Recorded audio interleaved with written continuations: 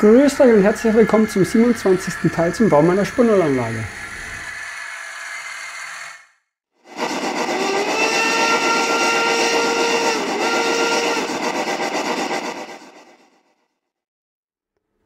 Heute starte ich mit dem Bachbett und ich muss ja insgesamt 3 machen, das heißt hier oben 1, hier unten 1 und hier ein ausgetrocknetes, weil das hier quasi am Überlauf ist. Also wenn mal viel Wasser ist oder Hochwasser ist, dann läuft da das Wasser lang, aber der ist halt ein bisschen mehr zugewachsen.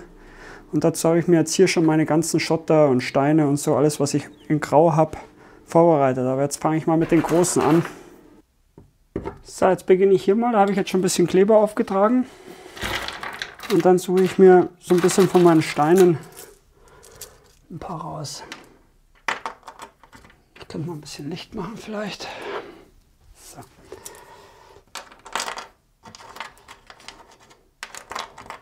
Das nur mal zum Vorfixieren. Hier ist quasi der Erdrutsch runtergekommen. Und da muss ich jetzt so ein bisschen steinmäßig vorsorgen. Und dann gehe ich noch gleich ein bisschen mit Wasserleimgemisch drüber.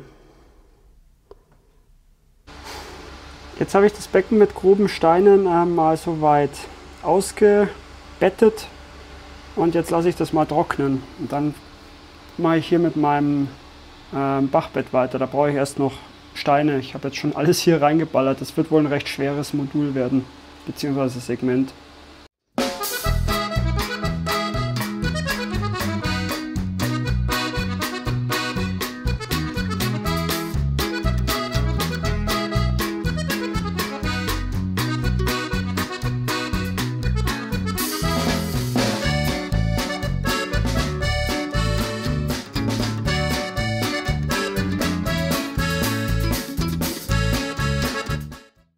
Das Ganze ist jetzt ein bisschen angetrocknet. Jetzt habe ich ein graues Wash gemacht, in dem gleichen Grau wie meine Felsen. Und jetzt gehe ich da mal drüber. Weil sonst ist mir das farblich ein bisschen zu wild.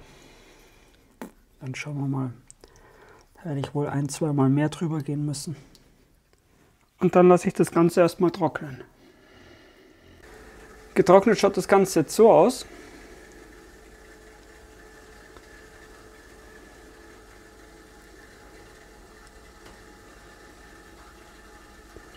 Und jetzt gehe ich wieder mit einem Wash drüber.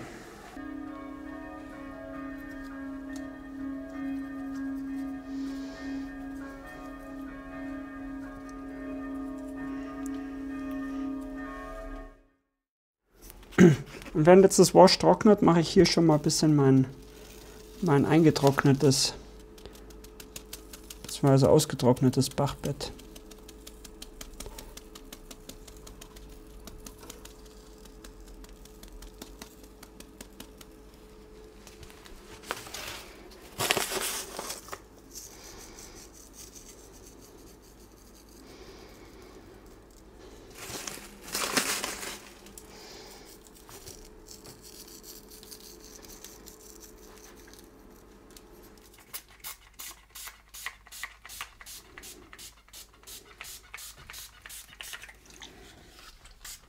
So, und dann ganz klassisch mit Alkohol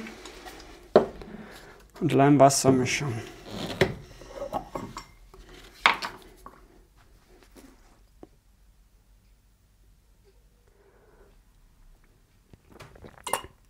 Gut, im nächsten Schritt wird es dann braun eingefärbt oder mit einem braunen Wash gehe ich drüber, dass man das nicht so durchsieht. Und dann wird es relativ viel begrast.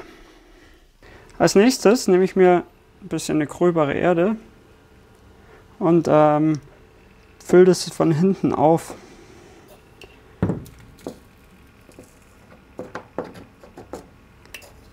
Dass es ausschaut, als wären die Steine eingewachsen, beziehungsweise als würden die in der Erde stecken. Das mache ich jetzt mal über die gesamte Länge.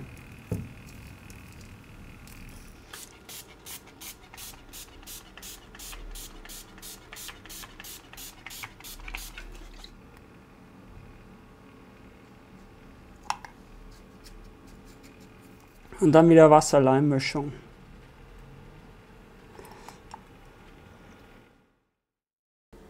Das Ganze konnte jetzt über Nacht trocknen und schaut jetzt so aus.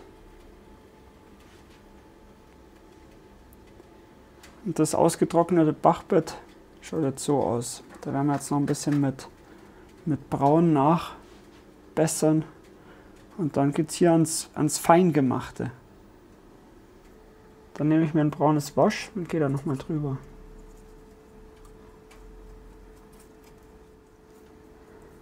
So.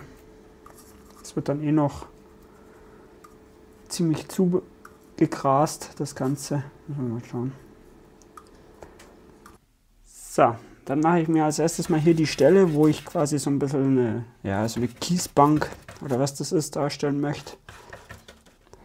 Auch wenn es fast ein bisschen steil ist für eine Kiesbank. Aber gut. So, dann habe ich hier ein Drainagemittel. Nennt sich das. Das ist im Prinzip ein ganz feiner Puder.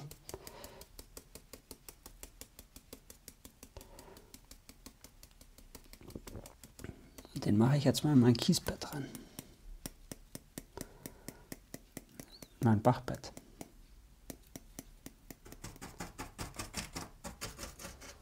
Gut, danach schnappe ich mir einen feinen grauen, so fein ist er gar nicht, einen groben Shutter in Grau.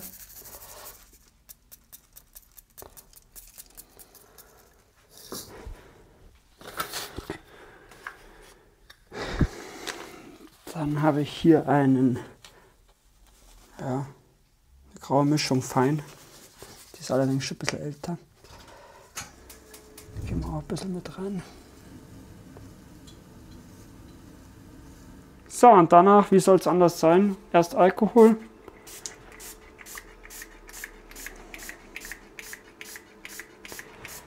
Und dann Leim-Wasser-Mischung. Ganz klassisch.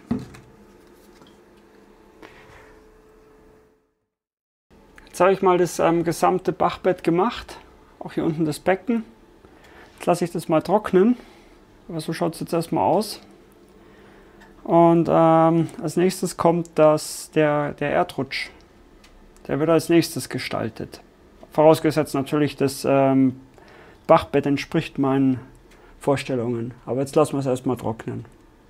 Jetzt habe ich hier noch ein bisschen gröbere Steine rein. Das Bachbett ist jetzt soweit trocken. Die muss ich jetzt noch mal festkleben. Aber so gefällt es mir jetzt gut, mein Bachbett. So, das Bachbett ist jetzt soweit getrocknet. Das Kiesbett hier habe ich weggemacht. Das hat mir nicht so gefallen. Da habe ich mir gedacht, naja, bevor ich dann das Gießen anfange und es dann kacke ausschaut, habe ich mir gedacht, lieber nicht. Jetzt geht es als nächstes hier weiter mit meinem Erdrutsch. Da mache ich jetzt zuerst mal hier Erde drumherum. Und dann betrete ich Neuland. So, und dann fange ich mal an. Ich habe mir so ein bisschen Gedanken gemacht, wie ich das machen könnte. Und so richtig weiß ich es immer noch nicht. Aber jetzt fange ich einfach mal an. Erstmal, dass das alles hält. Ein bisschen als Basis quasi. Leim. Und dann habe ich hier wieder mein Drainagemittel. Jetzt fange ich einfach mal an. Streue das mal von oben drauf.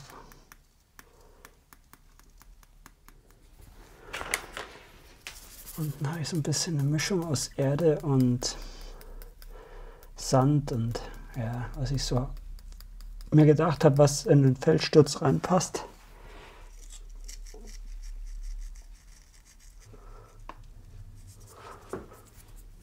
Jetzt fixiere ich das erstmal.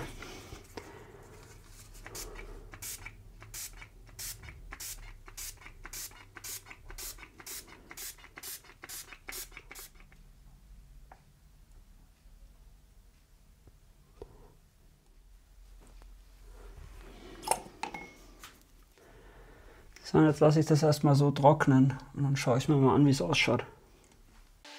Ich habe mich jetzt noch gerade kurzfristig dazu entschlossen, unten in den feuchten Sand, also in das Drainagemittel, so ein bisschen Steine reinzudrücken. Und während mein Erdrutsch jetzt hier schön vor sich hin trocknet, werde ich mal hier unten meine Erde machen, überall.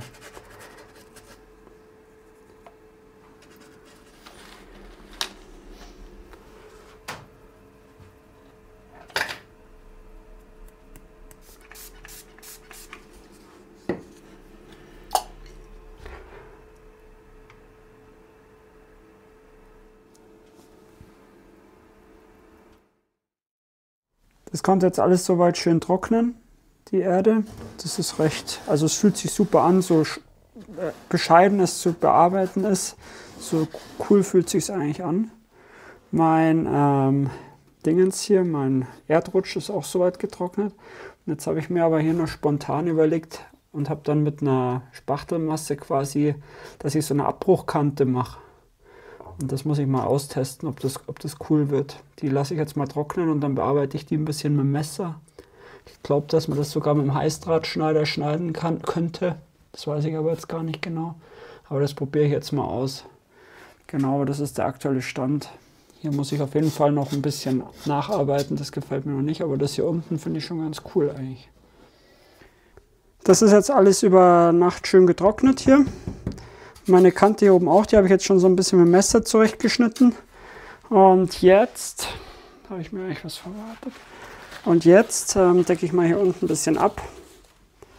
Und dann habe ich mir hier aus Erde und Leim so ein bisschen eine zähflüssige Masse gemacht. Und da will ich jetzt eigentlich hier oben schauen, dass ich hier oben das so ein bisschen, dass das ausschaut wie so eine, ja, so eine Erdschicht quasi, die dann so ein bisschen übersteht, quasi die dann noch so hängt. So eine Grasnarbe nennt sich es genau. Jetzt streiche ich das hier mal hin.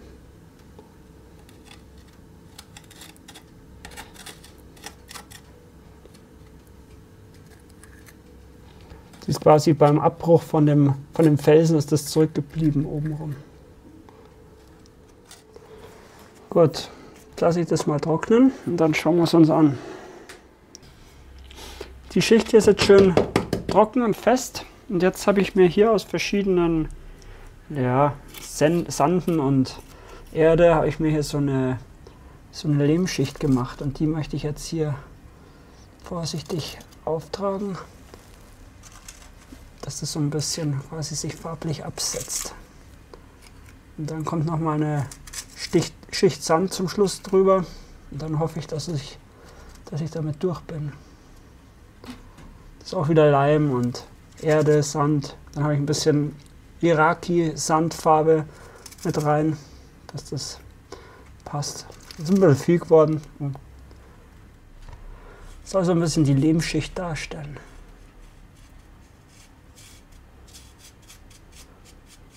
Und jetzt habe ich nochmal den Rest hier, oder einen Teil von dem Rest mit ein bisschen einem graueren, also mit einem bisschen braun gemischt. Dadurch ist es ein bisschen grauer geworden. Jetzt mache ich hier so ein bisschen den Übergang so ein bisschen sanfter. Schauen wir mal, was das farblich wird, ob es ein Fest wird.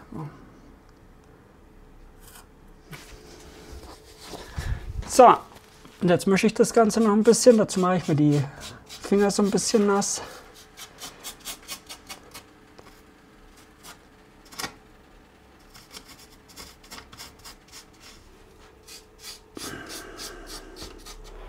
Gut, und dann lassen wir es trocknen.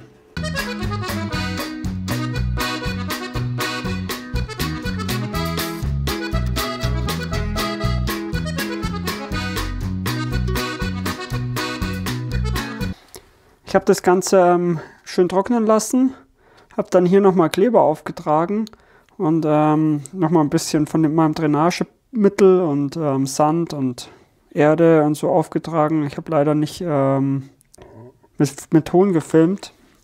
Und jetzt muss ich mal schauen, wie ich das mache, wie ich euch das demonstriere. Wahrscheinlich lasse ich es einfach nur mit Musik laufen. So, das Ganze konnte jetzt ein paar Tage trocknen. So schaut es jetzt aus. Ich weiß ehrlich gesagt nicht, ob ich es nicht zu dunkel finde. Das muss ich mir jetzt mal überlegen. Weil, ja, ich dachte, dass es ein bisschen heller wird. Aber jetzt lasse ich es erstmal so. Jetzt mache ich als nächstes hier oben die ganze Erde drauf. Und währenddessen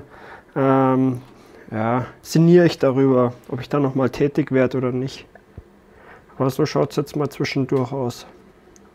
Jetzt habe ich alles mal soweit, beziehungsweise fast alles soweit mit Erde überzogen.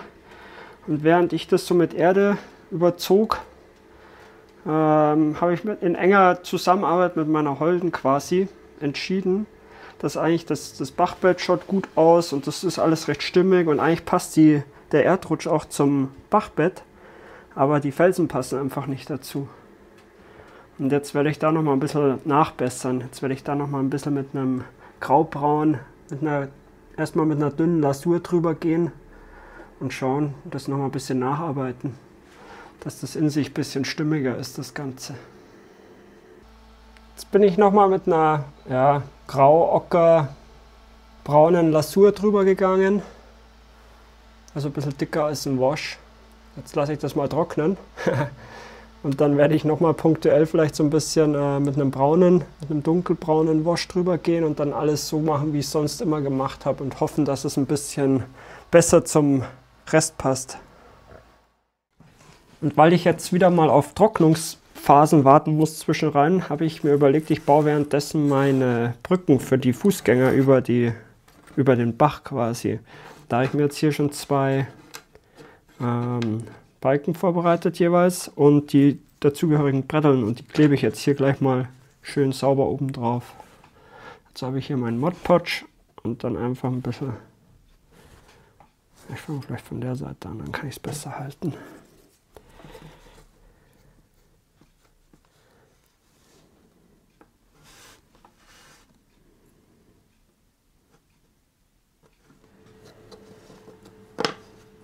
So. Dann lasse ich das mal trocknen, baue jetzt dann die zweite gleich und dann zeige ich euch, wie es weitergeht. Im nächsten Schritt mache ich dann die Halter für die Geländer. Dazu habe ich hier schon meine Hölzeln zurechtgeschnitten. Und jetzt klebe ich das hier auf Klebeband, auf so ein Malerkrepp, dass das ein bisschen in Form bleibt. Muss ich ein bisschen mit dem Finger friemeln. So.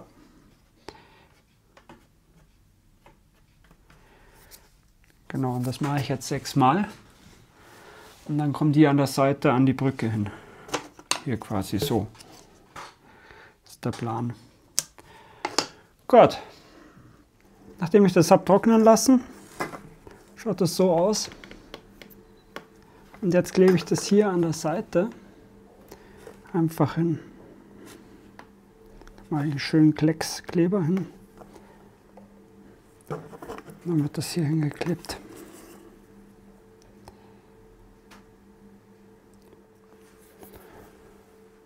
Und jetzt lasse ich das Ganze mal trocknen. Zwischenzeitlich habe ich den Fels farblich so ein bisschen an das Bachbett wieder angepasst, dass das ein bisschen stimmiger ist. Es hat gefühlt Milliarden Schichten Farbe gebraucht, bis es einigermaßen gepasst hat. Und jetzt finde ich es eigentlich echt gut so. So kann ich wunderbar mit leben.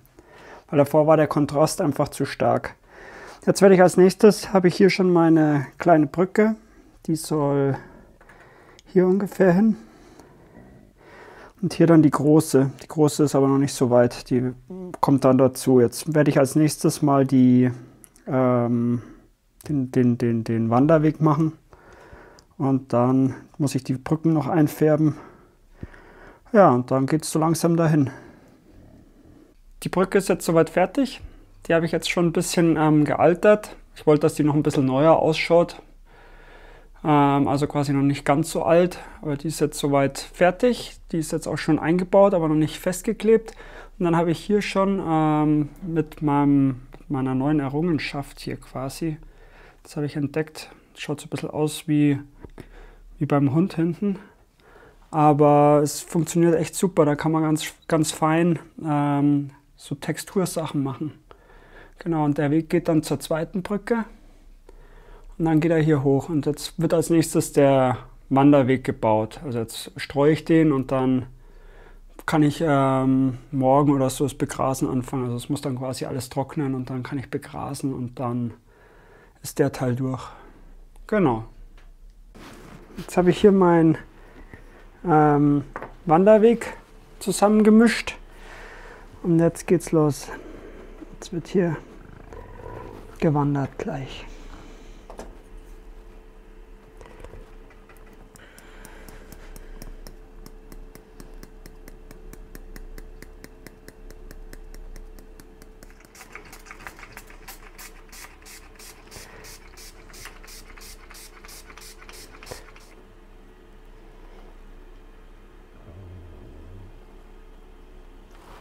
So. Gut. Jetzt mache ich den Rest noch und dann lassen wir es trocknen. Jetzt habe ich noch eine bahnbautentechnische Frage an euch. Und zwar, da bin ich mir absolut unschlüssig, da bin ich sogar absolut gespalten und 50-50. Ich bin mir unsicher, ob ich die Gleise auf meiner Brücke einschottern soll oder nicht. Also ich habe hier schon das dritte Gleis liegen, das kommt dann hier natürlich rein. Im Bogen, schön, das kann ich jetzt mit einer Hand nicht darstellen, ordnungsgemäß. Aber ich bin absolut nicht sicher, ob ich das einschottern soll, ob ich da irgendwas drunter machen soll dann hier quasi. Und schottern soll oder ob ich das offen lasse oder ich weiß auch nicht, wie es im Vorbild geregelt ist. Ich würde mich da schon ganz gerne dran orientieren, also wenn ihr da eine Idee habt, wie ich das machen kann oder wie das auszusehen hat, dann lasst es mich bitte wissen. Ja, und das wird dann auch in einem der nächsten Videos zu sehen sein. Gut, dann danke ich euch schon mal für Antworten. Der Weg konnte jetzt über Nacht trocknen. So schaut es jetzt aus. Jetzt ist das Ganze bereit, begrünt zu werden. Das werde ich jetzt aber im nächsten Teil verschieben, weil jetzt habe ich schon genug Material zusammenbekommen. Sonst wären meine Videos so lang. Und genau, da ist der zweite Wanderweg hoch. Muss ich mal schauen, ob ich da noch Markierungssteine oder irgendwas mache, die quasi den Wanderweg markieren. Hier werde ich wohl, das werde ich wohl sperren, das Stück hier. Weil jetzt, nachdem hier der Erdrutsch reingerutscht ist, ist das nicht mehr geeignet für die Dorfjugend, für ihre Mutproben zum Reinspringen, weil das jetzt zu gefährlich ist. Dann werde ich im nächsten Teil den Bach anfangen zu gießen, beziehungsweise hier unten schon alles so weit vorbereiten, dann bis auf den Wasserfall. Das wird dann im übernächsten Teil erst kommen, habe ich mir überlegt. Und dann eben die Begrünung. Genau, dann soll es das erstmal mit dem Video gewesen sein. Ich habe jetzt mich dann doch nach längerem internen, also geistig internen Rumringen dazu entschieden, dass ich einen zweiten Kanal aufmache. Also mein H0-Projekt ist ab sofort auf meinem Zweitkanal verfolgbar. Das werde ich noch irgendwo einblenden. Hier mal schauen. Und zwar unter dem Namen H0-Bahner. Und seid herzlich eingeladen, mich da zu verfolgen oder uns da zu verfolgen, wie wir mit unserem H0-Projekt vorankommen. Ansonsten soll es das mit dem Video gewesen sein. Ich hoffe, euch hat es gefallen. Bis zum nächsten Mal.